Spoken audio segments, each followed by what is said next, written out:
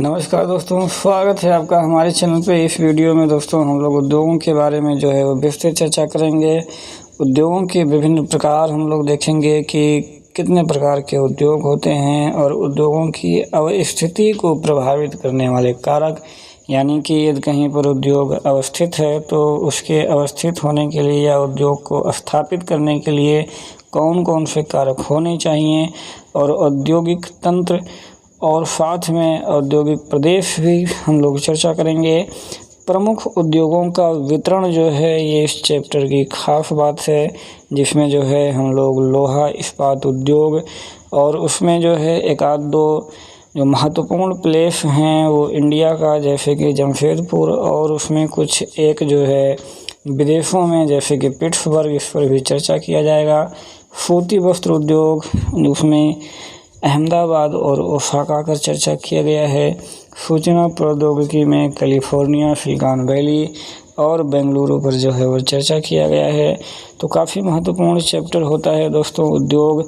इसमें खास करके एक क्वेश्चन आपका ज़रूर बन जाता है कि कौन सा उद्योग जो है किस क्षेत्र में अवस्थित है, या कौन सा प्लेस जो है किस उद्योग के लिए ज़्यादा फेमस है, या फिर जो इतने 2-3 टाइप के उद्योग हैं इसमें जो है कच्चे माल क्या होते हैं, इनके लिए कच्चे माल क्या क्या होते हैं, और ये कच्चे माल जो है ये इनको कहाँ कहाँ से मिलते हैं। तो इतनी सारी चीज़ें जो है इस चैप्टर में आपको देखने को मिलेगी, जो कि एग्ज़ाम के पॉइंट ऑफ व्यू से काफ़ी महत्वपूर्ण है।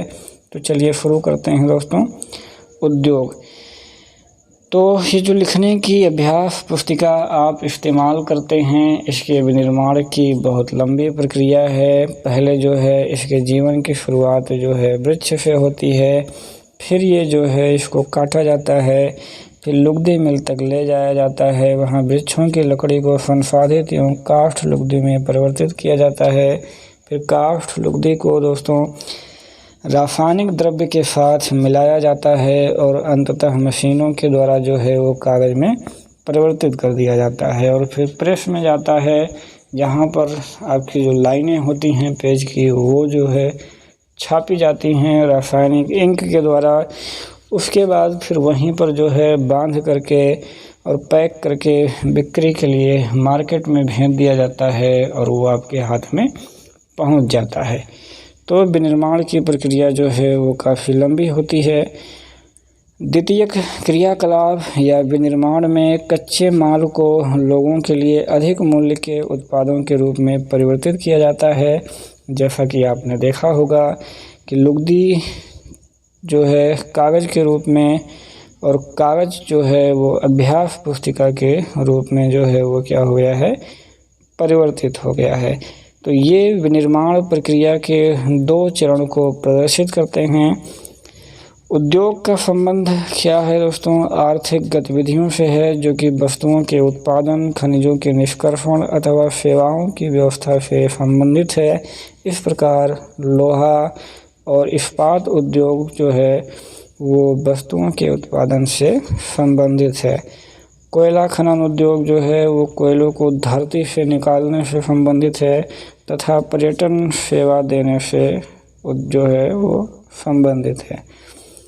उद्योगों का वर्गीकरण देखेंगे दोस्तों, तो उद्योगों का वर्गीकरण कच्चा माल, आकार, स्वामित्व के आधार पर किया जाता है। तो पहला हम लोग कच्चे माल के आधार पर देखेंगे। तो कच्चे माल के आधार पर या कच्चे माल के उपयोग के आधार पर उद्योग जो है दोस्तों कृषि आधारित, खनिज आधारित, समुद्र आधारित और वन आधारित हो सकते हैं। तो आइए इन पर भी एक एक पर चर्चा किया जाएगा। तो जो कृषि आधारित उद्योग होते हैं उसमें दोस्तों कच्चे माल के रूप में वनस्पति और जंतु आधारित उत्पादों का उपयोग किया जाता है। खाद्य संसाधन, वनस्पति तेल, सूती वस्त्र और डेयरी उत्पाद और चर्म उद्योग कृषि आधारित उद्योगों के वो जो है एग्जाम्पल्स हैं दोस्तों। ठीक, चलिए अब खनिज आधारित उद्योग जो है वो प्राथमिक उद्योग हैं, जो खनिज अयस्कों का उपयोग जो है वो कच्चे माल के रूप में करते हैं। इन उद्योगों के उत्पाद अन्य उत्पादों का पोषण करते हैं। तो अयस्क से जो निर्मित लोहा खनिज आधारित उद्योग का उत्पाद है, यह कई अन्य उत्पादों के विनिर्माण के लिए कच्चे माल के रूप में जो है वो प्रयुक्त किया जाता है, जैसे कि भारी मशीनों, भवन निर्माण की सामग्री और रेल के डिब्बे बनाने में इत्यादि में। तो इनका प्रयोग जो है वहाँ पर कच्चे माल के रूप में किया जाता है। समुद्र आधारित उद्योग देखेंगे तो सागरों और महासागरों से प्राप्त जो है उत्पादों का उपयोग जो है कच्चे माल के रूप में करते हैं, जिसमें कि समुद्री खाद्य प्रसंस्करण उद्योग और मत्स्य तेल निर्माण इसके कुछ एग्जाम्पल्स हैं। वन आधारित उद्योग जो है दोस्तों, वनों से प्राप्त उत्पाद का उपयोग कच्चे माल के रूप में करते हैं। लुगदी एवं कागज, औषध, रसायन, फर्नीचर, भवन निर्माण आदि क्या हैं, ये वनों से संबंधित उद्योग हैं दोस्तों। ठीक है, चलिए अब आकार के रूप में देखते हैं। तो आकार के आधार पर जो है, पहले आकार का तात्पर्य देख लेते हैं। तो उद्योग के आकार का जो तात्पर्य होता है वो निवेश की गई पूंजी की राशि, नियोजित लोगों की संख्या और उत्पादन की मात्रा। तो इन तीन आधारों पर जो है उसका आकार जो है फिक्स किया जाता है कि जो है उद्योग का आकार कैसा है। अब जो है इस आधार पर जो है उद्योगों को दो भागों में बांटा गया है, एक लघु आकार के उद्योग और दूसरा बृहद आकार के उद्योग। तो कुटीर या लघु उद्योग जो है वो छोटे पैमाने के उद्योग हैं, जिसमें कि दस्तकारों के द्वारा उत्पादों का निर्माण जो कि हाथों से होता है। टोकरी बुनाई हो गई, मिट्टी के बर्तन और अन्य हस्त निर्मित वस्तुएं, ये जो हैं कुटीर उद्योग के कुछ जो हैं आपके उदाहरण हैं। ठीक, चलिए अब जो बड़े उद्योग होते हैं वो बड़े पैमाने के उद्योग जो कि बड़ी मात्रा में वस्तुओं का उत्पादन करते हैं, उनकी तुलना में जो छोटे पैमाने के उद्योग हैं वो कम पूंजी और प्रौद्योगिकी का उपयोग करते हैं। बड़े पैमाने के उद्योगों में जो पूंजी का निवेश होता है वो अधिक होता है और प्रयुक्त जो प्रौद्योगिकी होती है वो भी काफ़ी उच्च स्तरीय होती है। अब हम इसमें देखेंगे कि जो रेशम की बुनाई है और खाद्य प्रक्रम उद्योग है, ये लघु पैमाने के उद्योग हैं दोस्तों। और जो ऑटोमोबाइल है और भारी मशीनों का उत्पादन है, ये क्या है, बड़े पैमाने के उद्योग हैं। तो आपको इनको देखना है। स्वामित्व के आधार पर उद्योग को निजी क्षेत्र, राज्य स्वामित्व अथवा सार्वजनिक क्षेत्र या संयुक्त क्षेत्र और सहकारी क्षेत्र, इतने आधार पर जो है वो विभाजित किया जा सकता है। तो निजी क्षेत्र के उद्योगों का जो स्वामित्व और संचालन होता है वो एक व्यक्ति या व्यक्तियों के समूह के द्वारा किया जाता है, और जो सार्वजनिक क्षेत्र के उद्योगों का स्वामित्व और संचालन होता है वो सरकार के द्वारा होता है। जैसे कि आप लोग जानते होंगे, हिंदुस्तान एरोनॉटिक्स लिमिटेड और steel authority of India limited. तो इसका जो है स्वामित्व और संचालन किसके द्वारा होता है, भारत सरकार द्वारा। अब जो संयुक्त क्षेत्र के उद्योगों का संचालन और प्रक्रम और स्वामित्व है दोस्तों, वो जो है राज्यों और व्यक्तियों अथवा व्यक्तियों के समूह के द्वारा होता है। जैसे कि मारुति उद्योग लिमिटेड, ये क्या है, एक संयुक्त क्षेत्र के उद्योग का एक उदाहरण है। अगर सहकारी क्षेत्र के उद्योगों की बात करें तो स्वामित्व और संचालन जो होता है वो कच्चे माल के उत्पादकों या पूर्तिकारों, कामगारों अथवा दोनों का होता है। ठीक है, तो जो सहकारी वाला है वो कच्चे माल के उत्पादकों या पूर्तिकारों, जो कच्चे माल की पूर्ति करते हैं वो, अथवा कामगारों, तो दो मेन होते हैं। इनमें से किसी एक के द्वारा हो सकता है या फिर दोनों के द्वारा हो सकता है। जैसे कि आनंद मिल्क यूनियन लिमिटेड और सुधा डेयरी, ये क्या है, इसी प्रकार का एक उपक्रम है। अब दोस्तों देखेंगे कि उद्योगों की अवस्थिति को प्रभावित करने वाले कारक कौन कौन से हैं, ये बहुत महत्वपूर्ण है।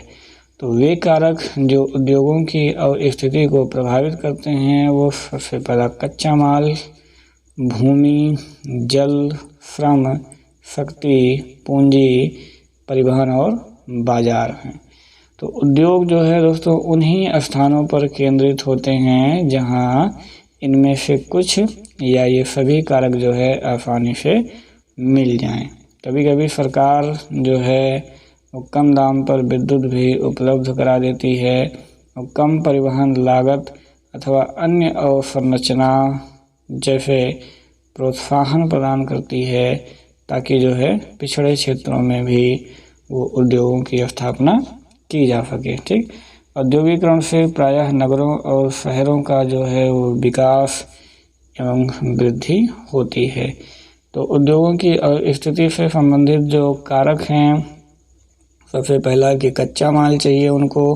तो उद्योग जो है ऐसे जगहों पर जो है स्थापित किए जाते हैं जहां पर उनको आसानी से आसपास के क्षेत्रों से कच्चा माल मिल जाए और श्रम यानी कि मजदूर भी उनको आसानी से मिल जाए, पूंजी भी वो लगा दें और उनको जो वहाँ से उत्पाद बनेगा उनको बेचने के लिए एक अच्छा बाज़ार भी मिल जाए और उनको जल मिल जाए। इसके लिए कोशिश करते हैं कि नदी के आसपास ही बनाते हैं, विद्युत की उपलब्धता भी वहाँ पर हो और भूमि भी जो है वो काफ़ी मिल जाए और परिवहन की भी व्यवस्था हो, जैसे कि रेल व्यवस्था या नौ परिवहन, ये दोनों में से कोई ना कोई ज़रूर होना चाहिए ताकि जो कच्चा माल आए या फिर उत्पाद जाए उसमें कोई प्रॉब्लम ना हो और संचार की सुविधा भी जो है वो होनी चाहिए। तो अगर इतनी सारी चीज़ें, खैर सारी चीज़ें तो नहीं हो पाती हैं लेकिन इनमें से मैक्सिमम या लगभग सभी कहीं पर सारी चीज़ें भी मिल जाती हैं।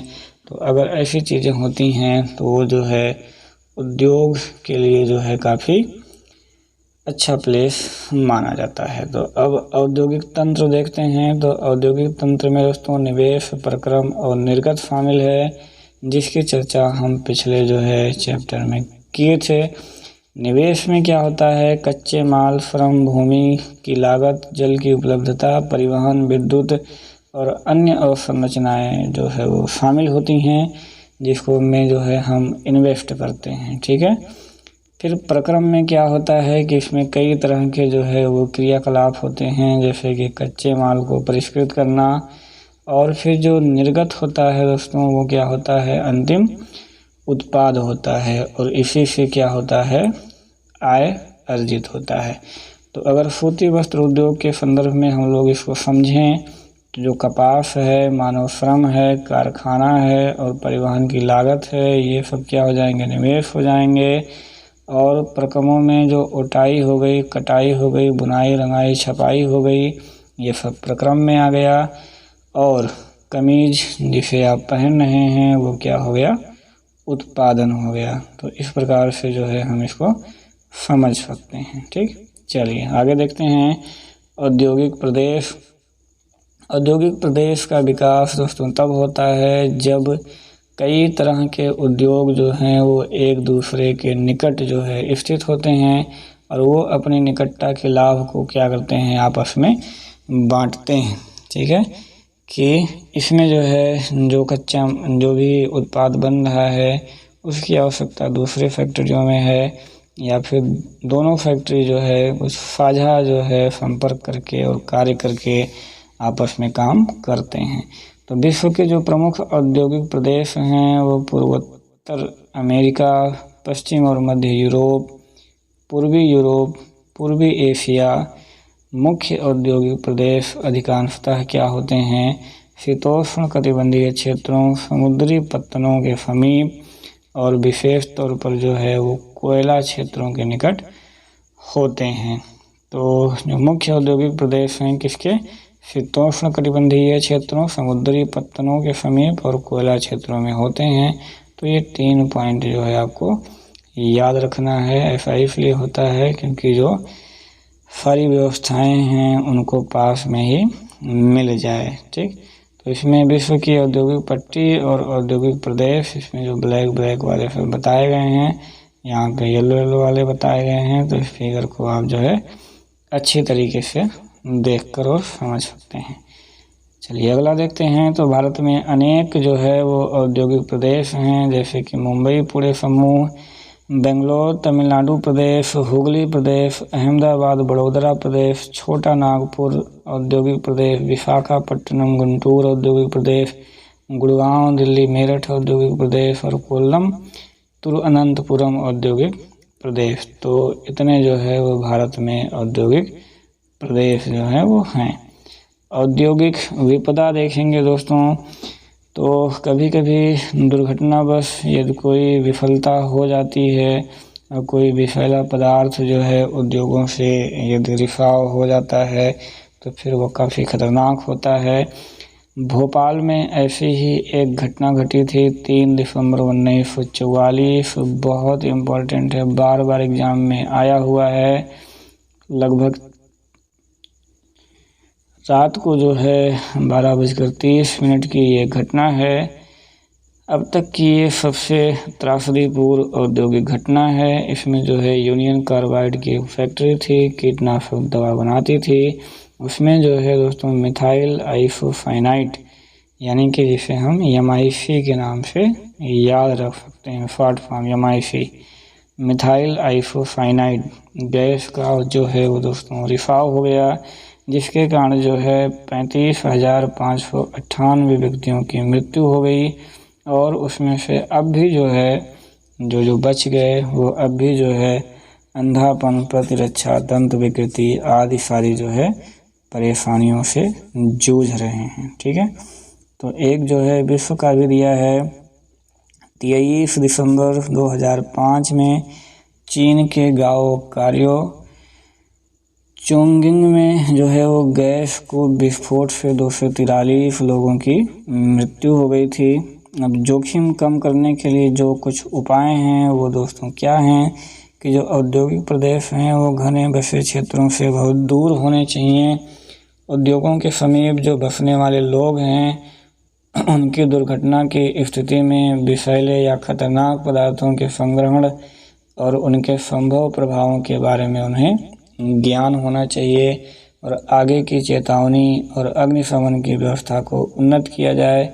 विषैले पदार्थों के भंडारण क्षमता की एक सीमा होनी चाहिए। उद्योगों में प्रदूषण नियंत्रण के उपाय को और भी जो है वो उन्नत किया जाना चाहिए। तो आइए अगला देखते हैं, प्रमुख उद्योगों का वितरण। ये काफ़ी महत्वपूर्ण है। साइड में दिया है कि उभरते हुए जो उद्योग होते हैं उन्हें सनराइज उद्योग के नाम से जाना जाता है, जिसमें कि सूचना प्रौद्योगिकी बहुत फेमस है, जो कि आपके एग्जाम में पूछा गया है। तो प्रमुख उद्योगों का वितरण जो है, प्रमुख उद्योग जो हैं वो लोहा इस्पात उद्योग, सूती वस्त्र उद्योग और सूचना प्रौद्योगिकी उद्योग हैं। तो लोहा इस्पात जो उद्योग है और वस्त्र उद्योग है वो ये दोनों क्या हैं, काफ़ी पुराने हैं, जबकि ये जो सूचना प्रौद्योगिकी वाला उद्योग है दोस्तों ये अभी नया उभरता हुआ उद्योग है। तो वे देश जिसमें जो है लोहा इस्पात उद्योग अवस्थित हैं जैसे कि जर्मनी, USA, चीन, जापान, रूस। वस्त्र उद्योग की बात करें तो भारत, हांगकांग, दक्षिण कोरिया, जापान और ताइवान। सूचना प्रौद्योगिकी की अगर बात करें तो कैलिफोर्निया के सिलिकॉन घाटी और भारत के बेंगलुरु। तो ये बहुत महत्वपूर्ण पॉइंट है, आपको इसे नोट जरूर कर लेना चाहिए। अब हम लोग एक एक उद्योग के बारे में चर्चा करेंगे, जैसे कि लोहा इस्पात उद्योग। तो अन्य उद्योगों की तरह जो लोहा इस्पात उद्योग है इसमें भी बहुत से निवेश, प्रक्रम और निर्गत शामिल हैं। यह एक पोषक उद्योग है जिसके जो उत्पाद हैं वो अन्य उद्योगों के लिए कच्चे माल के रूप में जो है वो प्रयुक्त हो जाते हैं।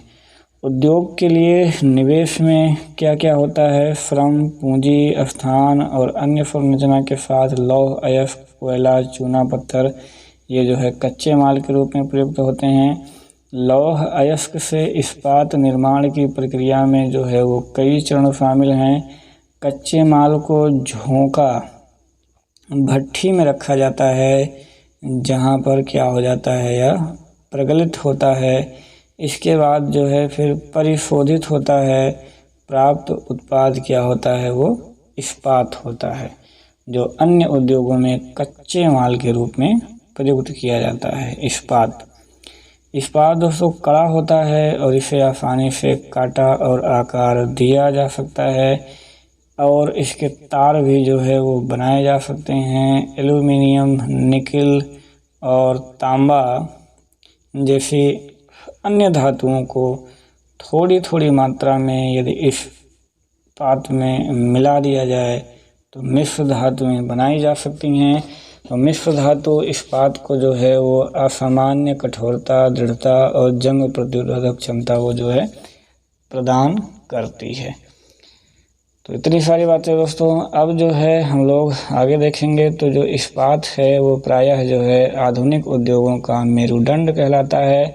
लगभग सारी वस्तुएं जिनका हम आज उपभोग करते हैं या तो लोहा है या तो वो स्टील से बना हुआ है। तो इन धातुओं से जो निर्मित औजार और मशीन हैं वो जो है इन्हीं धातुओं से काफ़ी ज़्यादा बने हैं। पोत हो गया, रेलगाड़ी हो गई, ट्रक हो गई, ऑटो हो गया, अधिकांशतः जो है वो इस्पात से बने हैं। यहाँ तक कि जो आपका सेफ्टी पिन है, सुइयाँ हैं, ये भी जो है इस्पात के ही बने होते हैं। ठीक है, तो इस्पात का प्रयोग जो है, स्टील का प्रयोग आजकल दोस्तों काफ़ी बढ़ गया है। आपके घर में भी 99% जो थाली होगी और चम्मच होंगे, ग्लास होंगे, वो दोस्तों इस्पात के ही होंगे। ठीक है, चलिए अब तेलकूप भी जो है वो इस्पात से बनी मशीनों से ही वेधित किए जाते हैं और इस्पात की पाइपलाइन से जो है वो तेल प्रवाहित किया जाता है। खनिजों का खनन जो है वो इस्पात के उपकरणों से ही होता है और कृषि के जो यंत्र होते हैं वो भी प्रायः इस्पात के ही बनते हैं। तो इससे जो विशाल भवनों का ढांचा बनता है वो भी इस्पात का ही बनाया जाता है। और 1800 ईस्वी के पूर्व जो है इस्पात उद्योग वहाँ स्थित थे जहाँ पर जो है कच्चा माल, विद्युत आपूर्ति और बहता जल आसानी से मिल जाता था। लेकिन बाद में उद्योग के लिए आदर्श स्थिति क्या हो गई, कोयला के समीप क्षेत्र, नहर हों और रेलवे के निकट हों। फिर जो है 1950 के बाद क्या हुआ कि लोहा और इस्पात उद्योग जो है वो समुद्र के निकट जो है वो सपाट भूमि के विशाल क्षेत्रों में केंद्रित होने शुरू हो गए। इसलिए ऐसा हुआ क्योंकि इस्पात निर्माण का कार्य इस समय तक जो है वो बहुत विशाल हो गया था। लौह अयस्क जो है विदेशों से आयात करना पड़ता था। तो अगर विदेशों से कुछ आयात करना है तो जल मार्ग काफ़ी सस्ता है और जो है अच्छा भी है। इसलिए जो है धीरे धीरे जितनी भी ये बड़ी बड़ी विनिर्माण कंपनियां हैं, आप लोग देखेंगे कि धीरे धीरे कोस्टल एरियाज़ की तरफ ये लोग बढ़ते गए ताकि हमें कच्चा माल जो है वो आसानी से दूसरे देशों से प्राप्त हो जाया करे। भारत में लोहा इस्पात उद्योग जो है वो कच्चा माल, सस्ते श्रमिक, परिवहन और बाजार का लाभ लेते हुए विकसित हुए हैं। सभी महत्वपूर्ण इस्पात जो उत्पादक केंद्र हैं जैसे कि भिलाई हो गया, दुर्गापुर, बर्नपुर, जमशेदपुर, राउरकेला और बोकारो, इतने के नाम आपके नोट होने चाहिए। ठीक है, में स्थित हैं। जो 4 अन्य राज्यों में फैले हुए हैं ये सब एक ही प्रदेश में हैं, जो कि 4 राज्यों में फैले हुए हैं। पश्चिम बंगाल, झारखंड, उड़ीसा, छत्तीसगढ़, भद्रावती और विजयनगर कर्नाटक में, विशाखापट्टनम आंध्र प्रदेश में, सलेम जो है तमिलनाडु में। ये इसमें और कुछ जो है दोस्तों वो महत्वपूर्ण क्या हैं, इस्पात के उद्योग हैं यहाँ पर। ठीक, चलिए अब इसमें हम लोग जमशेदपुर की बात जो है वो कर लेते हैं। तो 1947 के पूर्व जो है भारत में केवल एक जो है इस्पात का कारखाना था और वो था टिस्को, यानी कि Tata iron and steel company limited.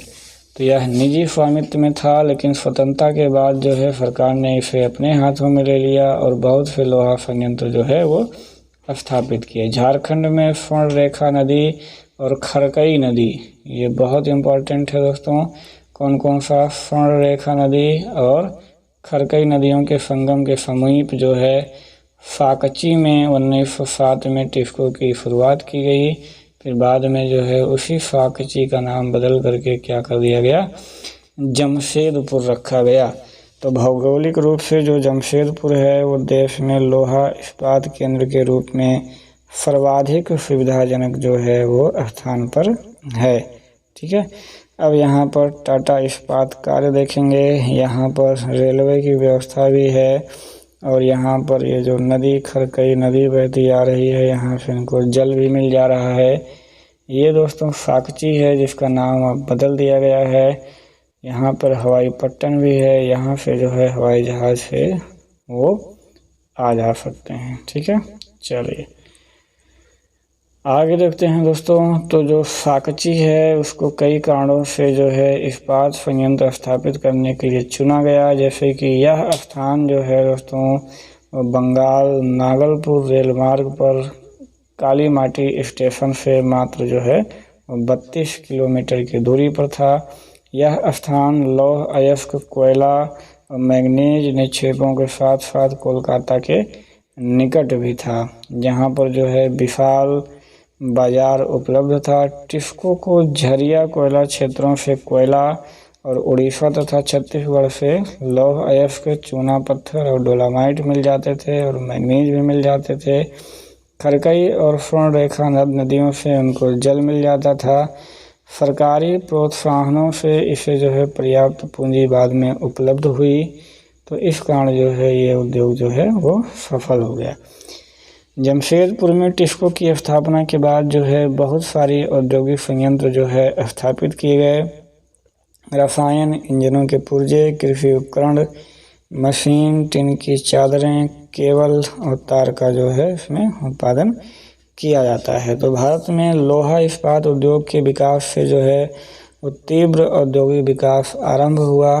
भारतीय उद्योग के लगभग सभी क्षेत्र जो है अधिकांशतः अपने आधारभूत अवसंरचना के लिए लोहा इस्पात जो है उद्योग पर ही वो निर्भर हैं। ठीक है, तो भारतीय लोहा इस्पात जो है उद्योग जो है बृहद समाकलित जो है इस्पात संयंत्रों के साथ साथ लघु इस्पात मिल भी जो है इसमें शामिल हैं। तो द्वितीयक उत्पादक, रोलिंग मिल और सहायक उद्योग भी इसमें शामिल हैं। चलिए अब हम लोग विश्व की चर्चा कर लेते हैं, जिसमें से पिट्सबर्ग आता है। तो यह यूएसए का एक महत्वपूर्ण इस्पात नगर है। इस्पात उद्योग को स्थानीय सुविधाएं सारी उपलब्ध हैं, जैसे कि कच्चा माल जो कोयला होता है वो पिट्सबर्ग में ही इनको मिल जाता है। जो लौह अयस्क होता है वो मिनेसोटा की लोहा की खानों से प्राप्त होता है, जो कि पिट्सबर्ग से 1500 किलोमीटर दूर है। इन खानों और पिट्सबर्ग के बीच में नौ परिवहन वो सर्वोत्तम मार्ग है। ग्रेट लैक्स जलमार्ग जो है आता है इन दोनों के बीच में, जो कि काफ़ी महत्वपूर्ण भूमिका निभाता है। यह अयस्क के नौ परिवहन हेतु सस्ता मार्ग है। ग्रेट लैक्स से पिट्सबर्ग क्षेत्र तक जो लौह अयस्क रेलगाड़ियों से लाया जाता है। ओहियो और मोनोघेला और एल्गनी नदियों से जो है इनके लिए जल भी प्राप्त किया जाता है। ठीक है, तो ये सारी चीज़ें हो गई। इनको कच्चा माल कहाँ से मिला, पानी कहाँ से मिला, ये सारी चीज़ें। और जो परिष्कृत इस्पात है दोस्तों वो स्थल और जल दोनों मार्गों द्वारा बाजार में वो भेजा जाता है। पिट्सबर्ग क्षेत्र में इस्पात मिलों के अतिरिक्त कई अन्य कारखाने और भी हैं, जैसे कि रेल पटरी उपकरण और भारी मशीनों के उत्पादन में इस्पात का जो प्रयोग है वो कच्चे माल के रूप में किया जाता है। साइड में थोड़ा सा दिया है जानकारी कि जो ग्रेट लैक्स के नाम से फेमस हैं दोस्तों सुपीरियर, ह्यूरन, ओंटारियो, मिशिगन और इरी। इसको अगर आपको याद करना हो तो ये बहुत ही सुंदर सा फार्मूला है। Holmes, Hurun, Ontario, Michigan, eri और सुपीरियर। तो इस प्रकार से आप इसको जो है ट्रिक के माध्यम से याद कर सकते हैं। और फ्रीज में अगर देखें तो इसमें दो चीज़ें बहुत फेमस हैं। एक तो सबसे बड़ी सुपीरियर झील है और एक जो है मिशिगन झील है, वो भी काफ़ी फेमस है। वो हम आपको जो है जल्द ही एक वीडियो आएगा, उसमें हम आपको बताएंगे। तो अनुकूल परिस्थितियां हैं और सारी चीज़ें इनको यहीं पर मिल जाती हैं। अब हम लोग सूती वस्त्र उद्योग देखेंगे। तो धागे के कपड़े की बुनाई जो है वो एक प्राचीन कला है। कपास, ऊन, सिल्क, जूट और पटसन का प्रयोग वस्त्र निर्माण में होता है। उपयोग में लाए गए जो कच्चे माल के आधार हैं पर जो है उसी के आधार पर जो है वस्त्र उद्योग का वर्गीकरण किया जा सकता है। ठीक है, कच्चे माल के आधार पर। तो जैसे रेशे वस्त्र उद्योग के कच्चे माल हैं। रेशे वो प्राकृतिक भी हो सकते हैं और मानव निर्मित भी हो सकते हैं। प्राकृतिक रेशों की बात करें तो उसमें क्या क्या आता है? ऊन, सिल्क, कपास, लिनन और जूट। ये काफ़ी महत्वपूर्ण है दोस्तों। अभी इससे आगे क्वेश्चन भी आएगा और ये जो है आपके क्वेश्चन में एग्ज़ाम में भी बड़े आराम से पूछा भी गया है। और जो मानव निर्मित रेशे हैं उनमें दोस्तों नायलॉन, पॉलिएस्टर और एक्रिलिक और रेयान जो है वो शामिल है। तो ये प्राकृतिक और मानव निर्मित जो हैं दोस्तों ये बहुत इम्पोर्टेंट हैं, एग्ज़ाम में कई बार आ चुके हैं। तो इसको जो है आपको जानना बहुत ज़रूरी है। ठीक है, चलिए अब जो टेक्सटाइल है वो लैटिन के टेक्सटियरे से व्युत्पन्न किया गया है, जिसका अर्थ होता है बुनना। तो टेक्सटाइल का मतलब क्या होता है? बुनना होता है। चलिए, अब जो सूती वस्त्र उद्योग है वो विश्व के प्राचीनतम उद्योगों में से एक है। 18वीं सदी की औद्योगिक क्रांति सूती वस्त्र जो है वो हस्तकताई तकनीकों एवं हथकरघों से बनाया जाता था। 18वीं सदी में पावरलूम ने पहले ब्रिटिश में और बाद में फिर विश्व के अन्य भागों में सूती वस्त्र उद्योग के विकास को आगे बढ़ाया। भारत, चीन, जापान, संयुक्त राज्य अमेरिका जो हैं वो सूती वस्त्र उद्योग के महत्वपूर्ण उत्पादक हैं।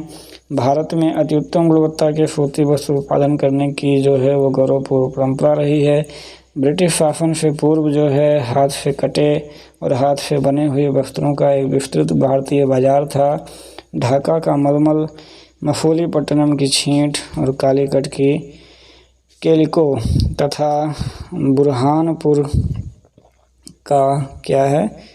बुरहानपुर और सूरत व बड़ोदरा की सुनहरी जरी, ये जो है काफ़ी फेमस हैं। इनको भी आपको याद रखना है। ठीक है, ये एग्ज़ाम में पूछे जाते हैं कहाँ का क्या फेमस है।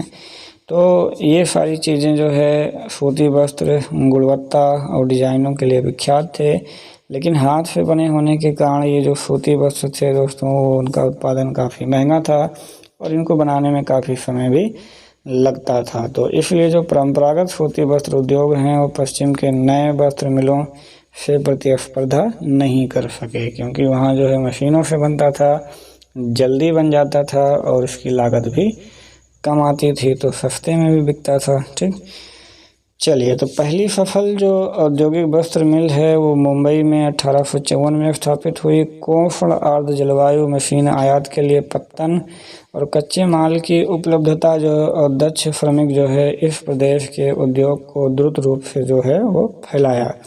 प्रारंभ में महाराष्ट्र, फिर गुजरात राज्य में अनुकूल जो है आर्द्र जलवायु के कारण पनपा। तो पहले महाराष्ट्र में, फिर जो है ये गुजरात में पनपा।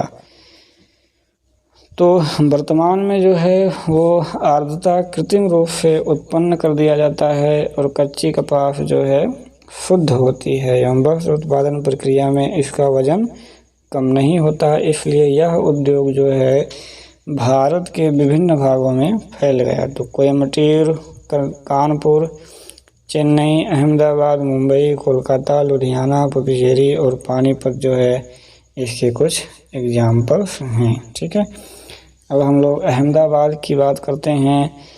तो अहमदाबाद गुजरात के साबरमती नदी के तट पर स्थित है।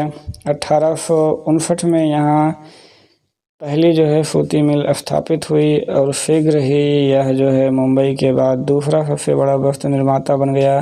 अहमदाबाद को भारत का मैनचेस्टर कहा जाता है। बहुत इम्पोर्टेंट पॉइंट है जो कि आपके एग्ज़ाम में कई बार जो है पूछा गया है। तो यहाँ पर कुछ जो अनुकूल जलवायु कारण थे, इसके कारण यहाँ पर उद्योग लगा। यहाँ पर कच्चा माल आसानी से मिल जाता था। जलवायु जो है कटाई और बुनाई के लिए भी अच्छा था। सपाट भूमि भी काफ़ी जो है अच्छे से मिल जाती थी और कुशल और अर्धकुशल श्रमिक भी मिल जाते थे। सुविकसित सड़कें भी थीं, रेल मार्ग का जाल भी था, बाज़ारों तक पहुंच भी था और मुंबई पत्तन भी था। तो इस वजह से जो है ये उद्योग जो है अहमदाबाद में काफ़ी फला फूला।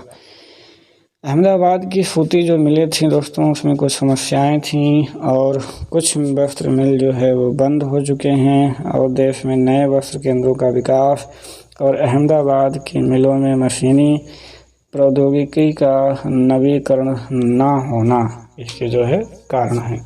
तो कई सारे और जो है वस्त्र उद्योग लग गए वो, और ये जो पहले से लगे थे उसमें कोई नवीनीकरण नहीं हुआ। इस कारण जो है कई सारे इसमें बंद हो रहे हैं। चलिए अब हम जापान में ओसाका है, बहुत फेमस है, उसके बारे में जो है थोड़ा सा देख लेते हैं। तो ओसाका क्या है? जापान का एक महत्वपूर्ण वस्त्र निर्माण केंद्र है जिसे कि जापान का मैनचेस्टर कहा जाता है। ठीक है, किसे? ओसाका को। ठीक, चलिए तो ओसाका में जो है सूती वस्त्र उद्योग का विकास कई भौगोलिक कारणों से हुआ। ओसाका के चारों ओर विस्तृत जो है मैदान है जहां से सूती वस्त्र मिलों के विकास के लिए आसानी से भूमि मिल जाती है। कोष्ण आर्द्र जलवायु कटाई व बुनाई के लिए उपयुक्त हैं और जो योडो नदी है वहां से जो है जल मिल जाता है, श्रमिक आसानी से मिल जाते हैं और पत्तन की अवस्थिति के कारण जो है कच्चे कपास को आयात करने वस्त्रों को निर्यात करने में भी सुविधा होती है। ठीक है, तो ओसाका का जो वस्त्र उद्योग है वो पूर्णतः आयातित कच्चे माल पर जो है वो निर्भर है। ये बहुत फेमस पॉइंट है। ठीक है, ओसाका जो है पूर्णतः जो है कच्चे आयातित मालों पर जो है वो फेमस है, निर्भर है। कपास मिस्र, भारत, चीन और यूएसए से वहाँ पर आयात किया जाता है। परिष्कृत उत्पाद जो है अधिकांशतः वहाँ पर क्या किए जाते हैं, वो निर्यात ही किए जाते हैं। ठीक है, चलिए अब सूचना प्रौद्योगिकी के बारे में देखते हैं। तो कल्पना कीजिए कि अगर कंपनी का कार्य दिन में 24 घंटे संचालित होता रहे तो कितना काम किया जा सकता है? बहुत सारे काम किए जा सकते हैं। ऐसे ही यूएसए और बेंगलुरु में जो है सॉफ्टवेयर कंपनियां हैं, उन्होंने टाई अप कर रखा है कि जो है शिफ्ट वाइज जो है वो काम चलता रहेगा। कैलिफोर्निया के सिलिकॉन घाटी में डैनी रहती है और बेंगलुरु में स्मिता जो है एक ही परियोजना पर कार्य कर रहे हैं। जब स्मिता बेंगलुरु में सोती है तो डैनी कैलिफोर्निया में काम करती है, क्योंकि जब वहाँ दिन होता है तो वहाँ रात, वहाँ रात होता है तो यहाँ दिन। तो जब भारत में दिन होता है तो ये दिन भर काम करती है और जहाँ तक काम होता है उसको वहाँ भेज दिया जाता है और फिर वो जब जग जाती है तो फिर वहाँ से वो अपना काम शुरू कर देती है। तो यानी कि 24 आवर्स जो है इस प्रकार से काम जो है वो चलता रहता है। ठीक है, चलो सूचना प्रौद्योगिकी के बारे में देखते हैं। तो सूचना प्रौद्योगिकी उद्योग सूचना के संग्रहण, प्रक्रम और वितरण को व्यवहार में लाते हैं। वर्तमान में यह उद्योग जो है वो भूमंडलीय हो गया है। प्रौद्योगिकी राजनीतिक, सामाजिक, आर्थिक परिवर्तन के कारण जो है ऐसा हुआ है। मुख्य कारण जो इस उद्योग को अवस्थिति को निर्धारण करते हैं वह है संसाधन, उपलब्धता, लागत और संरचना। ठीक है, ये सारी चीज़ें हैं। तो सूचना प्रौद्योगिकी उद्योग के मुख्य जो है नाभि क्षेत्र में कैलिफोर्निया की सिलिकॉन घाटी, अगर भारत की बात करें तो भारत में बेंगलुरु, ये दो काफ़ी फेमस हैं जिनके बारे में आप लोगों ने कभी सुना भी होगा। बेंगलुरु क्या है दोस्तों? दक्कन पठार पर अवस्थित है, जहाँ से इसका नाम जो है सिलिकॉन पठार पड़ा। ठीक, तो यह शहर जो है बर्फ भर मृदु जलवायु के लिए प्रसिद्ध है। सिलिकॉन घाटी जो है वो सांता क्लारा घाटी के एक भाग है। उत्तरी अमेरिका में रॉकी पर्वतमाला के निकट जो है यह अवस्थित है। इस क्षेत्र की जलवायु भी क्या है, शीतोष्ण है और यहाँ का तापमान शायद ही कभी 0 डिग्री सेंटीग्रेड से नीचे जाए। तो ये सारे जो है जलवायु लाभ हैं जो इन लोगों को मिलते हैं। भारत के महानगरीय केंद्रों में अन्य जो है उभरते हुए सूचना प्रौद्योगिकी नाभि क्षेत्र हैं, जैसे कि मुंबई, नई दिल्ली, हैदराबाद, चेन्नई और भी अन्य स्थान हैं, गुड़गांव, पुणे, तिरुवनंतपुरम, कोच्चि और चंडीगढ़। तो ये सारी चीज़ें हैं। अब जो है इसमें थोड़ी सी कंपैरिजन करते हैं। तो सिलिकॉन पठार बेंगलुरु का जो लाभ है वो क्या है। तो भारत में जो है बेंगलुरु में सर्वाधिक संख्या में सूचना प्रौद्योगिकी महाविद्यालय और शैक्षणिक संस्थान हैं। यह नगर धूल मुक्त है और यहाँ किराया और रहन सहन खर्च भी काफ़ी कम है। सूचना प्रौद्योगिकी की घोषणा यहाँ जो है 92 हुई। कर्नाटक राज्य ने सबसे पहले किया। कार्य अनुभव वाले जो है कुशल प्रबंधक यहाँ पे सर्वाधिक मिल जाते हैं। ये जो है बेंगलुरु की बात हुई। अब हम कैलिफोर्निया को देखते हैं। तो विश्व के सबसे अधिक उन्नत वैज्ञानिक प्रौद्योगिकी केंद्रों के समीप है। सुहावनी जलवायु है, आकर्षक स्वच्छ पर्यावरण है और भविष्य में विकास और विस्तार के लिए पर्याप्त स्थान भी हैं। मुख्य सड़क वायुपत्तन के समीप, ये सारी चीज़ें हैं। बाजार और निपुण कार्यबल तक इनकी अच्छी पहुंच भी है। तो हम इन दोनों के जो लाभ हैं उसको देखें। अब यहाँ पर देखते हैं उच्च प्रौद्योगिकी उद्योग जो है वो आपस में क्यों जुड़े हुए होते हैं। वे आसान पहुंच के लिए मुख्य सड़क महामार्ग के नज़दीक स्थित हो सकते हैं। फर्म ज्ञान के आदान प्रदान से लाभान्वित हो सकते हैं और सेवा और सुविधाएं जैसे कि सड़कें, कार पार्किंग और स्थिति निपटान सक्षमता से जो है वो व्यवस्थित होते हैं। तो ये सारी चीज़ें बेंगलुरु होना, इसका क्या मतलब होता है दोस्तों कि बेंगलुरु शहर में अपनी नौकरी दूसरे के लिए छोड़ देना, इसे कहते हैं बेंगलुरु होना। ठीक है, चलिए। बेंगलुरु के पास जो है हमेशा विशिष्ट लाभ रहा है। इस शहर को मध्यम और उच्च प्रबंधन प्रतिभा जो है वो बड़ी संख्या में भी मिलती रही है। तो दोस्तों ये अभ्यास प्रश्न है, उद्योग क्या है। तो आपको बताया गया वो कौन से प्रमुख कारण हैं जो उद्योग की और स्थिति को प्रभावित करते हैं। तो बहुत सारी चीज़ें हैं जो आपके ऊपर लिस्ट में बताया गया। कौन सा उद्योग प्रायः आधुनिक उद्योग का मेरुदंड कहा जाता है, तो ये भी आपको बताया गया। कपास उद्योग मुंबई में तेज़ी से क्यों विकसित हुआ, ये भी बताया गया। और बेंगलुरु और कैलिफोर्निया में सूचना प्रौद्योगिकी उद्योग के बीच में क्या समानता है, जो कि अभी हाल ही में बताया गया। तो इन सारे अभ्यास प्रश्नों के आंसर आप लोग अब बहुत आराम से दे सकते हैं दोस्तों। तो इस क्वेश्चन का प्रयास जो है उत्तर देने के लिए प्रयास आप लोग स्वयं से कीजिएगा और ऐसे ही बने रहिए हमारे साथ। अगला वीडियो जल्द ही हम लेकर के आएंगे दोस्तों। वीडियो देखने के लिए बहुत बहुत धन्यवाद।